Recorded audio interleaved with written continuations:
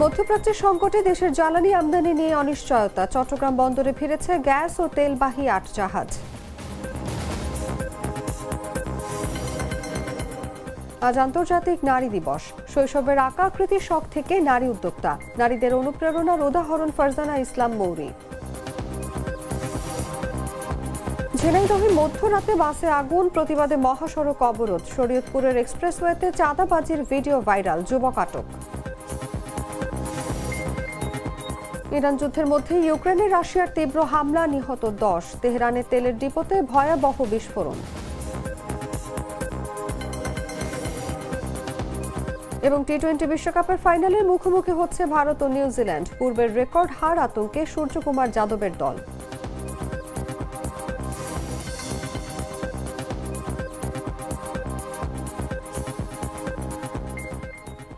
এতক্ষণ শুনছিলেন সংবাদ শিরোনাম। দর্শক, আমন্ত্রণ দুপুর ৩টা সংবাদে। সঙ্গে আছি আমি অনুভা বিশ্বাস। চকলেটে একাকার হয়ে ওঠা প্রাণ লেয়ার। প্রাণ লেয়ার, সম্পর্কের মিষ্টি ম্যাজিক। চলে যাচ্ছি পুরো খবরে। মধ্যপ্রাচ্যে যুদ্ধের উত্তেজনার মধ্যে বাংলাদেশের জ্বালানি আমদানি নিয়ে অনিশ্চয়তা তৈরি হলেও কয়েকটি গ্যাস ও তেলবাহী জাহাজ এরই মধ্যে চট্টগ্রাম বন্দরে পৌঁছেছে। রোববার সকালে জ্বালানিবাহী ৮টি জাহাজ চট্টগ্রাম বন্দরে এসে নোঙর করে। জাহাজগুলো গেল ২৮ ফেব্রুয়ারির আগেই হরমুজ প্রণালী অতিক্রম করেছিল। চট্টগ্রাম বন্দর কর্তৃপক্ষের সচিব সৈয়দ রেফায় থামিম এই তথ্য নিশ্চিত করেছেন। এদিকে বৈশ্বিক বাজারে জ্বালানি তেলের সরবরাহ কমে যাওয়ার আশঙ্কায় গত শুক্রবার জ্বালানি তেল বিক্রির সীমা নির্ধারণ করেছে বাংলাদেশ পেট্রোলিয়াম কর্পোরেশন। সংশ্লিষ্ট সূত্র জানিয়েছে, গেল ২৮ ফেব্রুয়ারি শুরু হওয়া যুদ্ধের প্রভাবের কারণে গুরুত্বপূর্ণ নৌপথ হরমুজ প্রণালী দিয়ে জাহাজ চলাচল বন্ধ রয়েছে। এর আগে প্রণালী অতিক্রম করা জাহাজগুলো বাংলাদেশে পৌঁছালেও পরবর্তী জাহাজগুলো মধ্যপ্রাচ্যের বিভিন্ন বন্দরে আটকা পড়েছে। এসব বন্দরের মধ্যে রয়েছে সৌদি আরব, কাতার ও দুবাই। বিশেষজ্ঞরা বলছেন, দীর্ঘ সময় ধরে হরমুজ প্রণালী দিয়ে জাহাজ চলাচল বন্ধ থাকলে বাংলাদেশের জ্বালানি সরবরাহে চাপ তৈরি হতে পারে। এজন্য বিকল্প সরবরাহ ব্যবস্থার বিষয়েও ভাবতে হতে পারে সংশ্লিষ্ট কর্তৃপক্ষকে।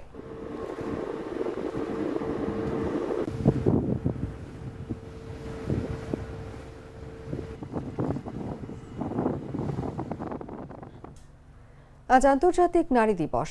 এই দিবস উপলক্ষে এক বাণীতে প্রধানমন্ত্রী তারেক রহমান বলেছেন, সরকার নারীর নিরাপত্তা বিধানকে সর্বোচ্চ অগ্রাধিকার দিচ্ছে।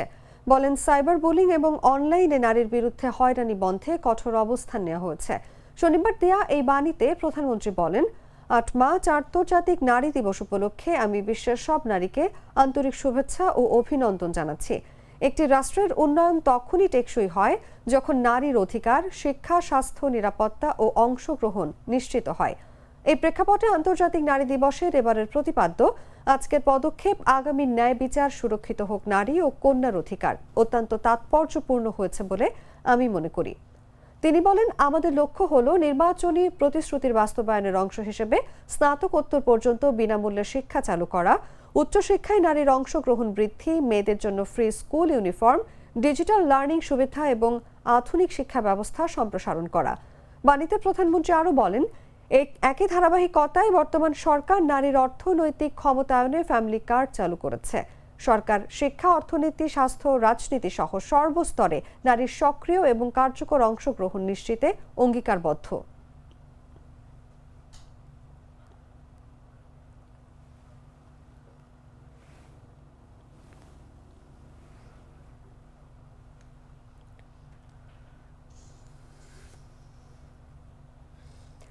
নারীর অধিকার ও সমতার কথা বলা হয় অনেক, কিন্তু সমাজের নিম্ন স্তরের অনেক নারী এখনো জানেন না তাদের মৌলিক অধিকার কি। তবুও প্রতিদিন কঠোর পরিশ্রম আর অদম্য ইচ্ছাশক্তি নিয়ে এগিয়ে যাচ্ছেন তারা। নদীর ঘাটে বালু শ্রমিক শেফালি কিংবা শহরের গার্মেন্টস কর্মী খাদিজার মতো অসংখ্য নারী সংগ্রাম করেই টিকিয়ে রাখছেন সংসার। শ্রমবাজারে নারীর অংশগ্রহণ বাড়লেও অধিকার সম্পর্কে সচেতনতার ঘাটতি এখনো রয়ে গেছে বলে মনে করছেন সংশ্লিষ্টরা। এদিকে নারীর কর্মপরিবেশ ও ক্ষমতা নিশ্চিত করতে বিভিন্ন উদ্যোগের কথাও জানানো হয়েছে বারে বার। রাকিব হাসানের পাঠানো তথ্য ও চিত্রে বিস্তারিত জাগো ডেস্ক রিপোর্টে। নারী দিবস এলেই উঠে আসে নারীর অধিকার, সমতা আর ক্ষমতায়নের কথা। কিন্তু সমাজের নিম্ন স্তরের অনেক নারী এখনো জানেন না তাদের অধিকার কি। তবুও কঠোর পরিশ্রম আর অদম্য ইচ্ছাশক্তি নিয়ে এগিয়ে যাচ্ছেন তারা। বালু শ্রমিক শেফালি আর গার্মেন্টস কর্মী খাদিজার গল্প তেমনই সংগ্রাম আর সাফল্যের। ভোর হতেই নদীর ঘাটে কাজ শুরু করেন শেফালি। মাথায় বালুর ছুরি তুলে দিনভর চলে তার পরিশ্রম। সংসারের হাল ধরতেই বেছে নিতে হয়েছে এই কঠিন পেশা।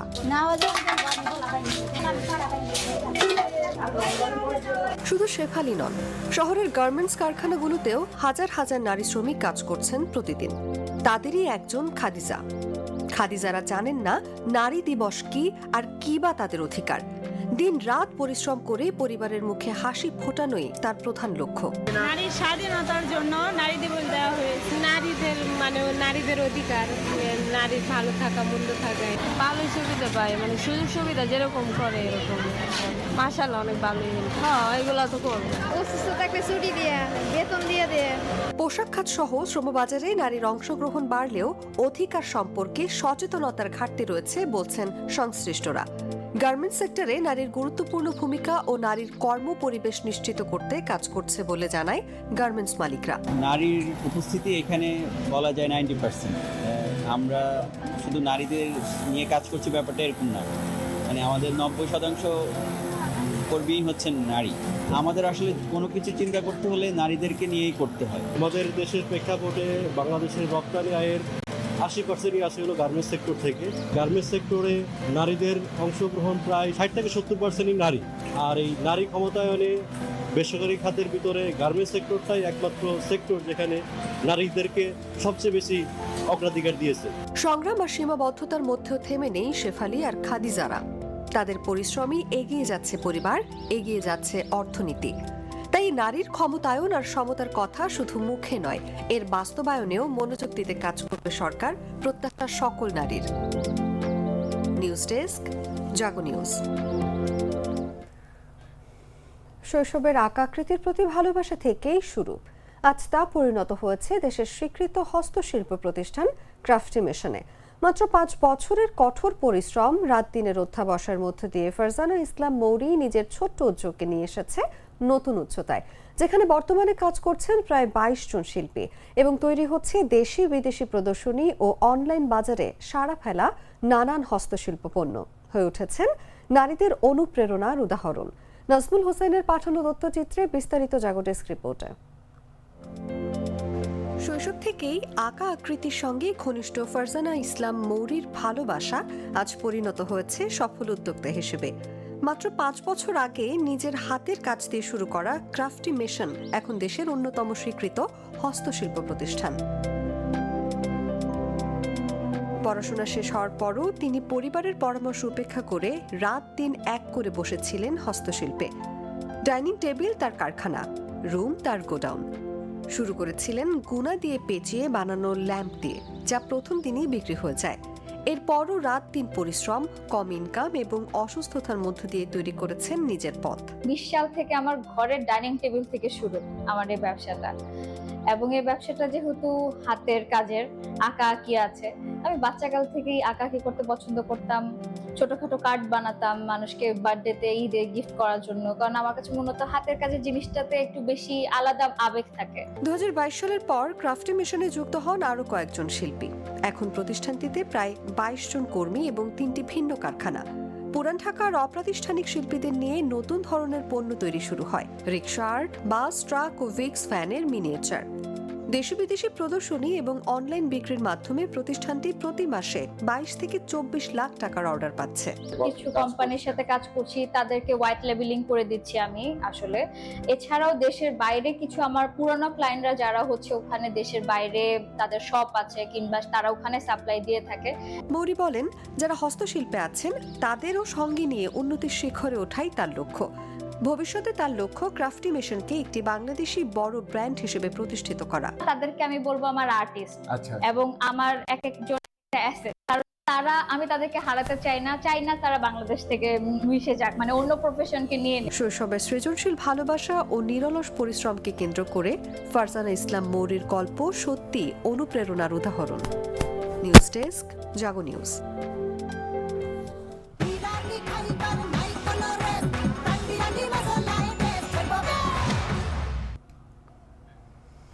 ঝিনাইদহে বাসে অগ্নিসংযোগের প্রতিবাদে মহাসড়ক অবরোধ করেছেন পরিবহন শ্রমিকরা।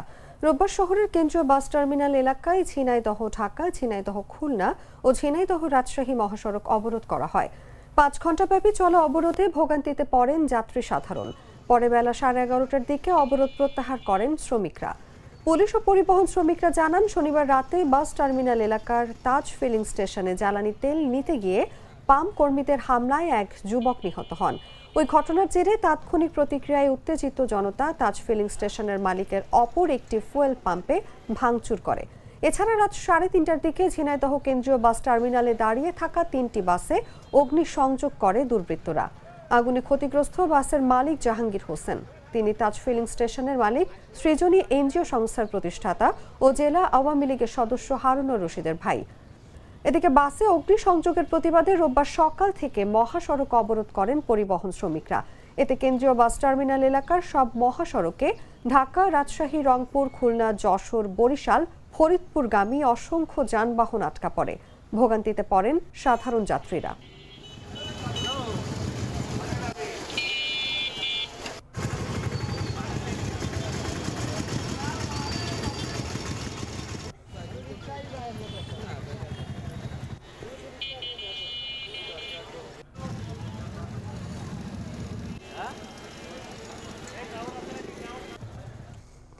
শরীয়তপুরের জাজিরার নাওডোবা এলাকায় গাড়ি থেকে চাঁদাবাজির ঘটনায় জুয়েল হাওলাদার নামের এক যুবককে আটক করেছে পুলিশ। শনিবার রাতে উপজেলার নাওডোবা ইউনিয়নের কালু ব্যাপারী কান্দি এলাকা থেকে তাকে আটক করা হয়। এর আগে বিকেলে তার বিরুদ্ধে প্রাইভেট কার থেকে চাঁদাবাজির অভিযোগ ওঠে। এই সংক্রান্ত একটি ভিডিও ফেসবুকে ছড়িয়ে পড়ে। উপজেলার নাওডোবা এলাকার ঢাকা ভাঙা এক্সপ্রেসওয়েতে মাইক্রোবাস প্রাইভেট কার থামিয়ে বেশ কিছুদিন ধরে চাঁদা তুলে আসছিলেন জুয়েল হাওলাদার। শনিবার দুপুরে ওই সড়ক ধরে ভাড়ার প্রাইভেট কারে ঢাকায় ব্যক্তিগত কাজে যাচ্ছিলেন স্থানীয় সাংবাদিক আহমেদ সাগর। এ সময় ওই যুবক তার প্রাইভেট কারের চালকের থেকে 200 টাকা চাঁদা নেন। বিষয়টি তখন গোপনে মুঠোফোনে ক্যামেরাবন্দি করেন সাগর। বিষয়টি সামাজিক যোগাযোগ মাধ্যমে ছড়িয়ে পড়লে তাকে আটক করে পুলিশ। আমার তো বাংলা ভাষা শরৎপুর, আমি শরৎপুর খবর রাখবো না। আমার ভাষা কাজিরহাট। আপনাকে যে টাকা নেওয়া বৈধ, বৈধ আপনার টাকা নেওয়া, টাকা নেওয়া বৈধ আপনাদের। ভাই নাম কি? আপনার নাম কি সেটা আমি পরে কথা বলতে। রানা তুমি কল লাগেনি বুঝলো।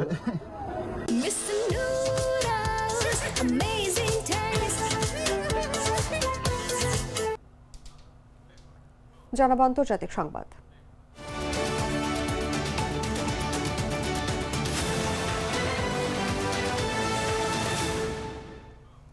মধ্যপ্রাচ্যে ইরানের সঙ্গে যুক্তরাষ্ট্র ইসরায়েলের চলমান যুদ্ধের মধ্যেই ইউক্রেনে ফের তীব্র হামলা চালিয়েছে রাশিয়া। দেশটির দ্বিতীয় বৃহত্তম শহর খার্কিভে রুশ ক্ষেপণাস্ত্র হামলায় অন্তত 10 জন নিহত হয়েছেন, যাদের মধ্যে 2 জন শিশু। স্থানীয় কর্তৃপক্ষ জানায়, রাশিয়ার একটি ক্ষেপণাস্ত্র 5 তলায় একটি আবাসিক ভবনে আঘাত হানে। এতে ভবনটির একটি প্রবেশ পথের 1ম তলা থেকে 5ম তলা পর্যন্ত অংশ ধসে পড়ে এবং অনেক বাসিন্দা ধ্বংসস্তূপের নিচে আটকা পড়েন। খার্কিভের মেয়র ইগর তেগেরভ জানিয়েছেন, নিহতদের মধ্যে একজন প্রাথমিক বিদ্যালয়ের শিক্ষক ও তার 2য় শ্রেণীতে পড়া ছেলে রয়েছে।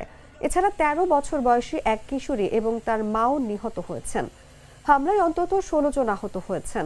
শনিবার উদ্ধার কর্মীরা ধ্বংসস্তূপের মধ্যে তল্লাশি চালিয়েছেন। আশঙ্কা করা হচ্ছে আরও কয়েকজন বাসিন্দা এখনও ধ্বংসস্তূপের নিচে আটকা থাকতে পারেন।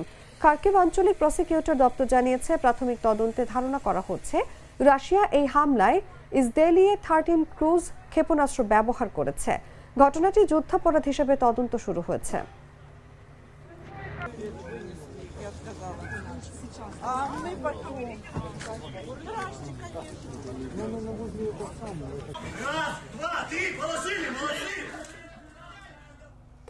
ইরানের রাজধানী তেহরানে তেলের মজুত রাখার কয়েকটি কমপ্লেক্সে হামলার খবর নিশ্চিত করেছে ইসরায়েলি ডিফেন্স ফোর্স।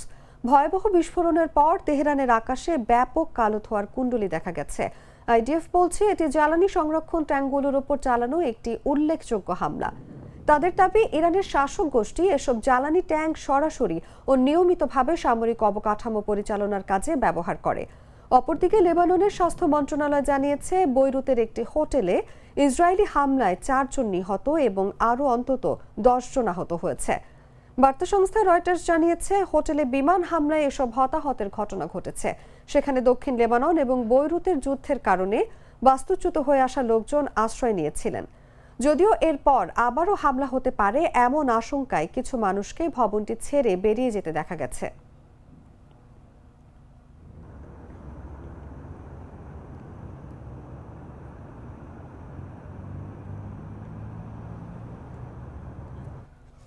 ইরানের রাজধানী তেহরান এবং পার্শ্ববর্তী আল বোর্জ প্রদেশে ইসরায়েলি বিমান হামলায় তেলের ডিপোগুলো বিধ্বস্ত হয়েছে। এর ফলে ছিদ্র হওয়া তেলের পাইপলাইন ও ডিপো থেকে জ্বালানি তেল শহরের পয় নিষ্কাশন ব্যবস্থায় মিশে গিয়ে রাস্তায় আগুনের নদী তৈরি করেছে। সোশ্যাল মিডিয়া প্ল্যাটফর্ম এক্সে ছড়িয়ে পড়া ভিডিওতে দেখা গেছে তেহরানের রাস্তার ধার দিয়ে ড্রেনের ভেতর দিয়ে দাউ দাউ করে আগুন বয়ে যাচ্ছে। তেলের এই প্রবাহে শহরের সাধারণ রাস্তাগুলো আগুনের কুণ্ডলিতে পরিণত হয়েছে। ইরানি তেল মন্ত্রণালয় নিশ্চিত করেছে তেহরান এবং এর পশ্চিমে অবস্থিত কারাচ শহরের মোট 3টি এলাকার জ্বালানি ডিপোতে ইসরায়েলি ক্ষেপণাস্ত্র আঘাত এনেছে। ইরানের আধা সরকারি সংবাদ সংস্থা ফার্স জানিয়েছে হামলায় অন্তত 4 জন ট্যাঙ্কার চালক নিহত হয়েছেন। এদিন তেহরান এবং আলবোর্জ প্রদেশের 4টি তেল মজুত কেন্দ্র এবং একটি পেট্রোলিয়াম পণ্য স্থানান্তর কেন্দ্রে হামলা চালিয়েছে ইসরায়েলি বাহিনী। বর্তমানে ইরানি নিরাপত্তা বাহিনী ও ফায়ার সার্ভিস কর্মীরা বিশাল এই অগ্নিকাণ্ড নিয়ন্ত্রণে কাজ করছে। হামলার ফলে ব্যাপক ক্ষয়ক্ষতি সত্ত্বেও ইরান সরকারের পক্ষ থেকে দাবি করা হয়েছে দেশের জ্বালানি সরবরাহে কোনো ঘাটতি নেই। তেল বিতরণ ব্যবস্থা সচল রাখার চেষ্টা করা হচ্ছে।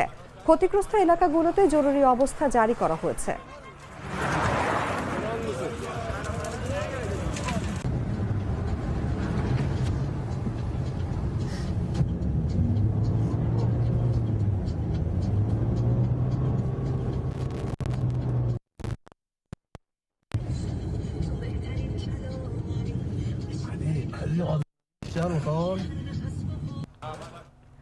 ভারত মহাসাগরে ইরানি যুদ্ধজাহাজ IRIS ডেনা ডুবানোর পর এবার উদ্ধার হওয়া নাবিকদের দেশে ফেরত না পাঠাতে শ্রীলঙ্কার উপর চাপ দিচ্ছে যুক্তরাষ্ট্র। রয়টার্সের হাতে আসা মার্কিন পররাষ্ট্র দপ্তরের অভ্যন্তরীণ তার বার্তা অনুযায়ী কলম্বোতে নিযুক্ত চার্জ দ্য অ্যাফেয়ার্স জেন হাওয়েল স্পষ্ট জানিয়েছেন 32 জন জীবিত নাবিক ও IRIS বুশেহরের 208 জন নাবিককে কোনোভাবেই ইরানে ফেরত পাঠানো যাবে না। মার্কিন প্রশাসন আশঙ্কা করছে ইরান এই বন্দী নাবিকদের প্রোপাগান্ডা কাজে ব্যবহার করতে পারে। তবে তারা শ্রীলঙ্কার সার্বভৌমত্বের প্রতি শ্রদ্ধাশীল এবং আলোচনার মাধ্যমে সমাধান চান। শ্রীলঙ্কার প্রেসিডেন্ট অনুরা কুমারা দিশানায়ে বলেছেন বিপদে পড়া নাবিকদের আশ্রয় দেয়া মানবিক কর্তব্য। ইতিমধ্যে IRIS বুশেহেরের 208 জন নাবিককে কলম্বোর নৌ শিবিরে স্থানান্তর করা হয়েছে। তেহরান নিহত নাবিকদের মরদেহ ফেরত চেয়েছে, তবে তারিখ নির্ধারিত নয়। ডেনা যুদ্ধজাহাজটি বঙ্গোপসাগরে ভারতের নৌ মহড়া শেষে ইরানে ফিরছিল। পথে মার্কিন সাবমেরিন হঠাৎ হামলার শিকার হয়।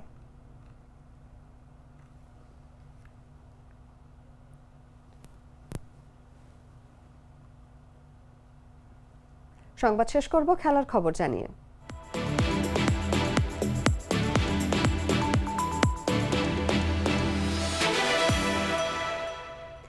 টি-20 বিশ্বকাপের ফাইনালে মুখোমুখি হচ্ছে ভারত ও নিউজিল্যান্ড। এক কথায় ফেভারিট বললে ভারতের নামই আসে। শুধু ঘরের মাঠে খেলার সুবিধা নয়, নিউজিল্যান্ডের বিপক্ষে ভারতের রেকর্ডও শক্তিশালী। দুই দল এখন পর্যন্ত 30 বার মুখোমুখি হয়েছে। ভারতের জয় 18টি, নিউজিল্যান্ডের 11টি এবং একটি ম্যাচ টাই। নিজ মাটিতে 15টি ম্যাচের মধ্যে ভারত জিতেছে 11টি। তবে ভারতের জন্য একটি সতর্ক বার্তাও আছে। টি-20 বিশ্বকাপে নিউজিল্যান্ডের সঙ্গে 3 বার মুখোমুখি হয়েছে ভারত এবং প্রতিবারই হেরেছে। সর্বশেষ 2021 সালে দুবাইয়ে ভারত 110 রানে অল আউট হয়। নিউজিল্যান্ড 14.3 ওভার লক্ষ্যে পূরণ করে জয় নিশ্চিত করে। আহমেদাবাদের নরেন্দ্র মোদী স্টেডিয়ামে ভারতের রেকর্ডও ভালো, 10 ম্যাচে 7টি জয়। তবে 2023 সালের নভেম্বর থেকে আইসিসি ইভেন্টে ভারতের 2টি হার এসেছে ঠিক এই স্টেডিয়ামে। এই বিশ্বকাপে ভারত এখন পর্যন্ত মাত্র একটি ম্যাচ হেরেছে, দক্ষিণ আফ্রিকার বিপক্ষে। এবার মাঠে ভারতের দল দেখাবে এই চাপ সামলাতে পারবে কিনা।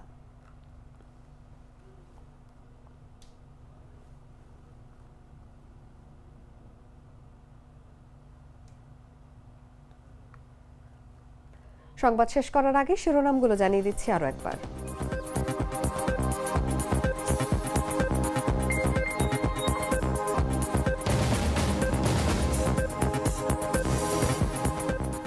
মধ্যপ্রাচ্যের সংকটে দেশের জ্বালানি আমদানি নিয়ে অনিশ্চয়তা। চট্টগ্রাম বন্দরে ফিরেছে গ্যাস ও তেলবাহী ৮ জাহাজ।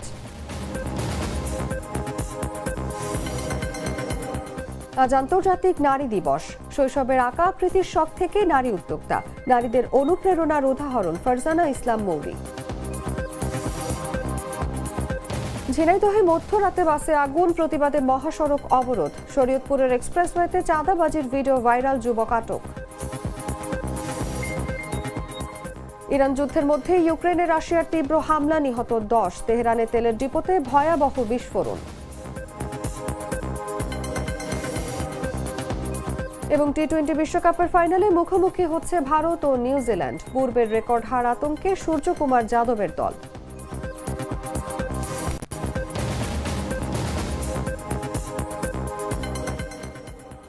দর্শক, এই ছিল এখনকার মতো। এরপর বিকেল 5টায় দেখবেন দেশজুড়ে সংবাদ। প্রতি মুহূর্তে সর্বশেষ খবর জানতে ভিজিট করুন jagonews24.com। ফলো করুন আমাদের ভেরিফাইড ফেসবুক পেজ এবং সাবস্ক্রাইব করুন জাগো নিউজের ইউটিউব চ্যানেল। ধন্যবাদ সবাইকে।